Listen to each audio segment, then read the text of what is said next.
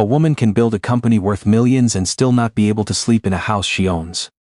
The September wind came off the lake cold and uninvited, carrying with it the smell of pine and coming rain, and Genevieve Lapointe stood at the end of the dock the way she had every night for the past 7 months. Still, quiet and somehow smaller than she had ever been in her life. At 54 she had negotiated contracts that made boardrooms go silent. She had grown Lapointe and Harrow Textiles from a 2-person operation in a cramped office on Rideau Street to one of the most recognized textile companies in the country. Her name appeared on buildings, her signature had redirected rivers of capital. Journalists called her decisive, investors called her formidable. But the dock did not know any of that, and tonight, like every other night, Genevieve came here, because it was the only place that didn't ask her to be strong. Daniel had loved this property more than anything they owned.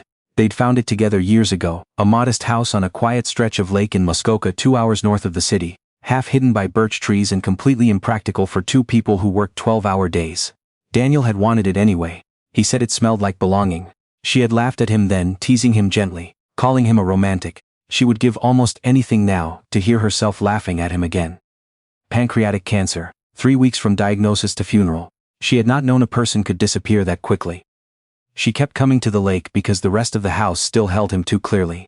The kitchen, his handwriting on the spice jars, the exact way he organized things she'd long given up trying to change.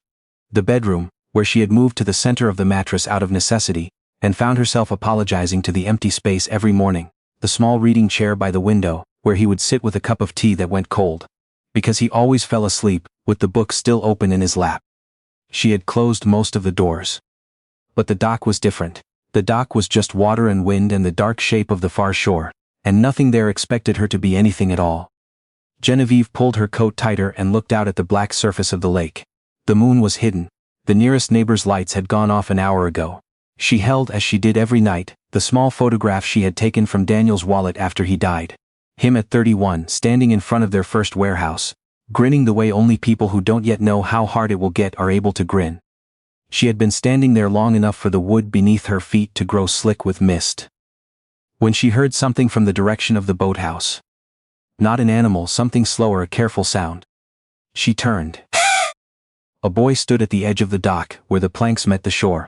He was perhaps 8 or 9 years old, thin in the way children get when meals have been unreliable, and he was wearing a gray hoodie that was 2 sizes too large and soaked through. His feet were in sneakers that had seen far too many seasons. He was watching her with an expression that was neither frightened nor bold. Only watchful, the way children watch when they have learned that adults can change without warning. In his hand, he held something she couldn't make out in the dark. "I'm sorry," he said. He had a careful voice, the kind that had been taught not to take up too much room. "I didn't know anyone was here tonight." Genevieve blinked. "How long have you been here?" He glanced back toward the boathouse. "A few nights." She looked past him. The boathouse was unlocked. She hadn't thought about that in months. There was an old canvas tarp in there, some life jackets, a camp stove Daniel had never thrown out. "Are you alone?" she asked. "Yes, ma'am." The ma'am struck her, so formal, so small, coming from someone so young. She didn't move closer yet. "What's your name?" "No. No what?" A pause. "Prentice. Genevieve Lapointe." She said her full name the way she had always introduced herself in meetings. Before she remembered, this was a dock in the middle of the night and the person across from her was a child standing in wet shoes. "Are you cold?" He lifted one shoulder. "A bit." The understatement of it, so deliberate, so practiced, made something tighten in her chest. She looked at him again. His hair was damp and stuck to his forehead. There was a smudge of dirt on his jaw. He stood very still, as though stillness had become habit. "Are you afraid of the dark?" she asked. Because the question came to her before she could stop it. Looking at this small boy standing alone at the edge of a black lake. Noah shook his head. Then he looked out at the water and at her, and back at the water again. "Are you?" he asked. The question arrived in her chest like a stone dropped into still water. She was 54 years old. She had navigated hostile takeovers, employment tribunals, and a restructuring that had required her to lay off people she'd known for 15 years. She did not answer to questions like that. But this boy asked it the way children ask things. Not to be clever, not to pry, only because it seemed like the honest thing to wonder about a woman standing alone on a dark dock in the rain. "Yes," Genevieve said, "I suppose I am." Noah nodded as though that made complete sense. He sat down on the edge of the dock without being invited, his sneakers hanging over the water. After a moment, Genevieve sat beside him. She didn't know why, She had not sat down beside another person in 7 months. "What are you afraid of?" he asked. She turned the photograph over in her hands. "Forgetting," she said, the exact way he laughed, the sound of his voice when he was tired. "The things I used to find annoying that I would give anything to be annoyed by again." "He died?" "Yes, in February." Noah looked down at the thing in his hand. It was a compass, she could see now, old brass, the needle turning loosely inside the cracked casing. "My grandma died," he said, 4 weeks ago." Genevieve went very still. "She was the one who had me," Noah continued, as though this were a fact that required no elaboration, no apology. "My mom left when I was 2. My grandma Estelle, she kept me. Then she had a stroke and she didn't wake up." He turned the compass over in his palm. "I didn't know where to go after that, so I just went." The rain started then, soft and cold, neither of them moved. "Where are your parents?" Genevieve asked carefully. "My mom, I don't know, my dad was never around." He said it without bitterness. That was the part that was hardest to hear, not what he said, but how he said it, as if it were simply weather, something that happened and couldn't be changed. "So you've been sleeping in the boathouse. It has a roof, and there's a stove. I didn't break anything." He looked at her, worried for the first time. "I can leave." "No," she said quickly, "you don't have to leave." He studied her. "Noah," she said after a long moment, looking at the compass in his hand, "does that still work?" He looked down at it. "Not really, the needle spins around, it doesn't stay north anymore." He held it up anyway, watching it drift. "But my grandma gave it to me. She said you don't need it to point north to know which way is home." The words passed through Genevieve, like something unlocking. She looked at the broken compass, the cracked face, the spinning needle that refused to settle. She thought of the photograph in her coat pocket, the closed doors in the house behind her, the way she had stopped answering phone calls after the funeral. Not out of cruelty, but because every conversation required her to say "I'm fine," and she was not fine, and she didn't have the energy to lie.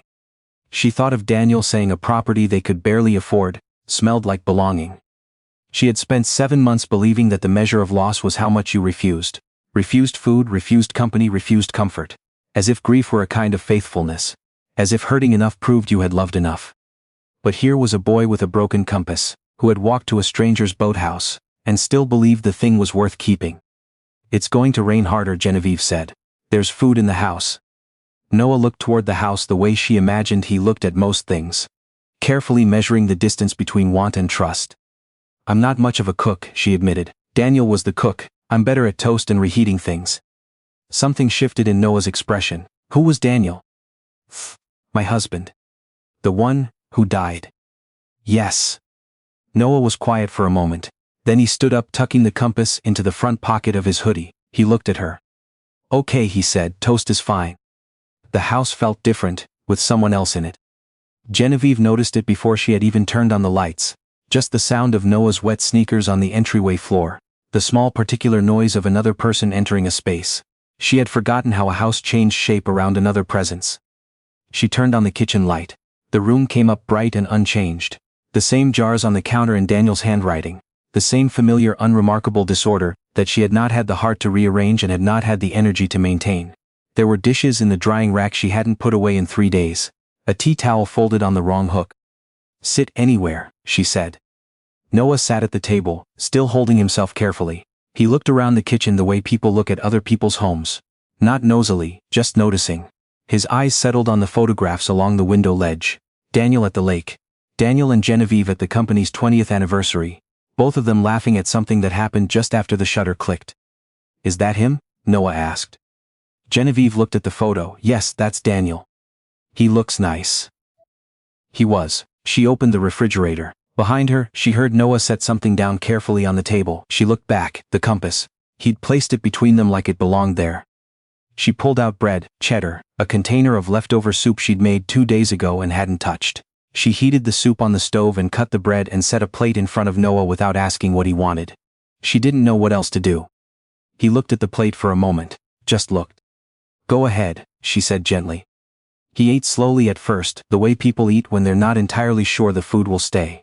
Genevieve sat across from him with her own cup of tea. The first she'd actually finished in weeks, and watched him without watching him.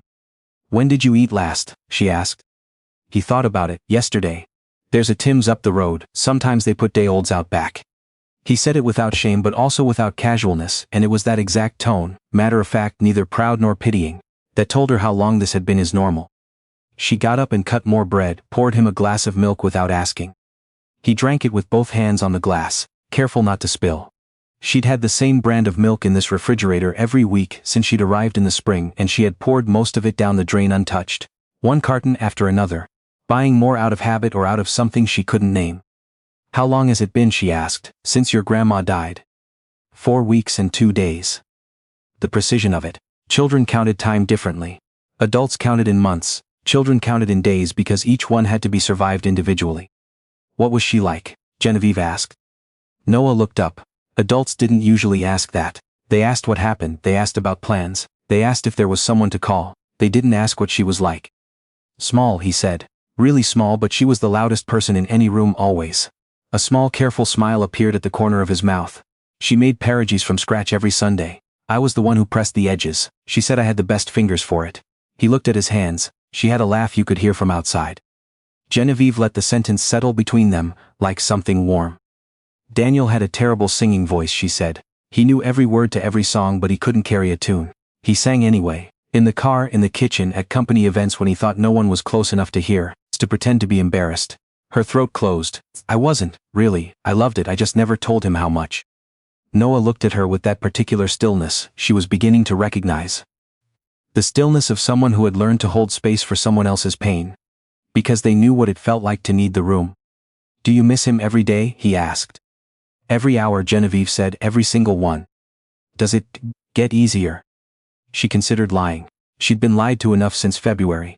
He'd want you to move on. Time takes care of everything. You'll find a new normal. And she had come to understand that those were sentences people said when they were afraid of the truth, not when they were certain of it. I don't know yet, she said honestly. I'm still in the part where it just hurts. Noah nodded. Me too. The soup had gone half finished. He'd eaten all the bread. He was looking at the compass on the table again. She never threw anything out, he said. That compass belonged to her dad. It was broken when she got it. She kept it for 50 years. He reached out and touched it with one finger, the lightest possible touch. She used to say that broken things have the best stories. Genevieve looked at the compass. The needle trembled inside its cracked casing. It didn't point anywhere definite, just drifted in slow indecision, north-northeast, west-northwest, no fixed direction. But someone had polished the brass once, long ago, and the care of that was still visible in the surface. She reached into her coat pocket and set Daniel's photograph on the table between them and the compass. That's him, she said, at 31. The day we signed the lease on our first real warehouse, he was so excited he'd been up since 4 in the morning. She looked at his grin in the photograph, that young, foolish, certain grin. He always believed the hard part was behind us, even at the end, even when it was very bad, he kept saying. We've survived worse, Jenny. Her voice broke on the nickname. We hadn't actually. Nothing was worse than that. But he believed it anyway, and somehow that made it almost true. Noah looked at the photograph for a long time. He looks like someone who would share his lunch, he said finally. Genevieve let out a sound that was almost a laugh, and it surprised her so completely she had to cover her mouth. He would've, she said. He absolutely would've. She looked at Noah. He would have found you in that boathouse in about 10 minutes, honestly. He was always, he noticed people, really noticed them. I was always the one looking at spreadsheets. He was the one who remembered everyone's name, remembered what they'd said months before, remembered what mattered to them. He made people feel like they existed. My grandma Estelle was like that too, Noah said quietly. The good ones always are, Genevieve said. Noah was quiet for a moment. Then he said without any particular drama, without preamble, I'm sorry he didn't get to stay longer. She had received hundreds of condolences. Cards on expensive paper. Phone calls with careful pauses. Flowers that arrived in arrangements too large for any surface in the house. People had said all the right things in all the right orders, and she had thanked them and meant it, and felt none of it reached the part of her that needed reaching. This boy said 4 words and something inside her cracked open. Not violently, not dramatically, just quietly and completely, the way ice gives way in spring. Thank you, she managed, and I'm very sorry about your grandma Estelle. Noah picked up the compass and turned it in his hands. She would have liked it here, he said. She liked water. She grew up near a lake in Saskatchewan. She always said lakes were honest, they didn't pretend to be smaller than they were. Genevieve looked toward the dark window. Beyond it somewhere the lake moved the way it always moved. Patient, unhurried, without apology. Daniel said something similar, she said. He said water didn't ask anything of you, it just moved. She paused. I think I keep coming out to the dock for that reason. Nothing out there expects me to be finished grieving. Me too, Noah said simply. The boathouse, it doesn't look at me like I'm a problem. She looked at him. This boy with his grandmother's broken compass and his 4 weeks and 2 days, and his careful way of sitting, as though he'd learned that taking up space was something you had to earn. She thought of Daniel, who noticed people, who would have had Noah inside in 10 minutes, who would have made proper food, something with real substance, and asked every question gently, and found some way to make the kid laugh before the evening was half done. You always said I was the practical one, she thought. You were the one who knew what to do with people, so tell me what to do now. But the kitchen was quiet and Daniel was not there, and the answer, she realized, was already sitting across the table from her, holding a broken compass that had pointed the way home for 50 years without actually working. No, she said. You're not going back to the boathouse tonight. He looked at her carefully. There's a room down the hall, proper bed, proper heat. You and the compass can both stay. He was quiet for a long time. She could see him calculating. The way children calculated when they'd been let down enough times to understand that kindness usually came with a clause buried somewhere in the fine print. What about tomorrow? He asked. The question was so direct, so completely reasonable, that she had to take a breath before she answered. Tomorrow I'm going to make some phone calls, she said, not to send you anywhere, to figure out what can actually be done, what the right steps look like, for you to have somewhere proper and permanent. She held his gaze and didn't look away. That's a real answer, not a comfortable one. I won't pretend everything is figured out tonight, but I'm also not going to let you go back and sleep under that tarp. Noah turned the compass over one more time. The needle drifted east, then south, then nowhere in particular. Okay, he said. The room at the end of the hall had been a guest room for years, then a room they'd talked about converting, then a room that had simply remained as it was. A bed, a lamp, extra blankets folded on the chair. Genevieve had not opened that door since February. She opened it now, turned on the lamp and stood back. Noah walked in slowly. He set the compass on the night table with the same care he'd placed it on the kitchen table, as though it deserved a particular spot, as though it had been somewhere important before, and needed to know it still was. He looked at the bed the way children look at things they aren't certain they're permitted to have, and then, because he was exhausted in a way that went all the way down to the bone, he climbed in without taking off his hoodie. I'll find you something dry to wear, she said. I'm okay. You're not, but we can argue about it in the morning. She pulled the extra blanket from the chair and laid it across him. He was watching her with a quiet attention that caught her off guard. Not suspicious, not calculating, just present, just paying attention. The way Daniel used to watch her when he thought she wasn't looking. Just making sure she was still there. Can I ask you something? Noah said. Yes. Were you happy? Before? She stood at the edge of the lamplight, and let the question sit for a moment, the way it deserved. Yes, she said. Genuinely, deeply happy. Not every day, no one is happy every day. But the kind of happy that gave the hard days a floor under them. Something solid to stand on, even when everything above it was uncertain. She glanced at Daniel's photograph, which she'd carried back from the kitchen without thinking and set on the dresser without noticing. I didn't understand how much I relied on that floor until it was gone. Noah was quiet, his eyes were getting heavy. My grandma used to sing when she folded laundry, he said, his voice already softening towards sleep. Old songs, I can't always remember all the words anymore, but I remember the tune. That's enough, Genevieve said. Keeping the tune is enough. She left the door open. He hadn't asked, but she suspected he needed it. She stood in the hallway for a moment after, listening to the rain and the lake and the small sounds of a child settling into sleep in a room that had been closed for too long. Then she walked back to the kitchen. She put the kettle on. She looked at the compass on the table. Noah had left it there, she realized, not because he'd forgotten it, but because he'd trusted it would still be there in the morning. She picked it up and held it for a moment, feeling the weight of it, the cool brass, the loose drift of the needle against her palm. She set it down gently, in the center of the table, where he could find it. Then she sat down, and for the first time in 7 months, she was not alone in the house, and the silence did not press against her, the way silence had been pressing against her since February. It was simply quiet, ordinary quiet, the kind of quiet that meant people were sleeping, not the kind that meant no one was coming back. She thought about Daniel. About the way he had always said, in the hard years, when the company was uncertain and the future was uncertain, and everything felt like standing on shifting ground, that the only way through anything was to put one foot down and then another. Don't look up, he said. Just move. You look up when you've covered enough ground that looking back becomes optional. She had stopped putting feet down in February. But tonight, she had walked to the end of a dock, and a child had asked her a question she hadn't been asked in 7 months, and she had answered honestly, and somehow that had been enough to start. She pulled a notepad from the kitchen drawer.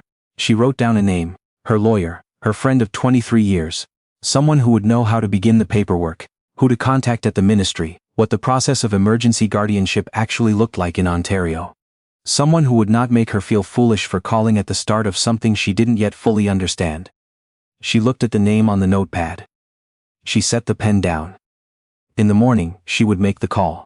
In the morning she would find out what was possible, what was practical, what moving forward looked like when you had been standing still for 7 months. In the morning, everything would still be complicated and uncertain, and neither grief nor bureaucracy would have simplified themselves overnight. But in the morning she decided she would also make hot chocolate. Enough for 2. And she would set the table, both sides of it, and she would not apologize to the empty chair, because the chair across from her would not be empty. The rain had eased to almost nothing. Beyond the window the lake moved in the dark the way it always moved, patient, unhurried, asking nothing. Somewhere in the house, a child slept beside a broken compass that still knew the way home. Genevieve sat at the kitchen table with her tea and the notepad and the photograph of Daniel at 31, and she did not feel fixed. She did not feel healed. She felt the way the first cold morning of autumn feels. Sharp and real and somehow against everything like a beginning.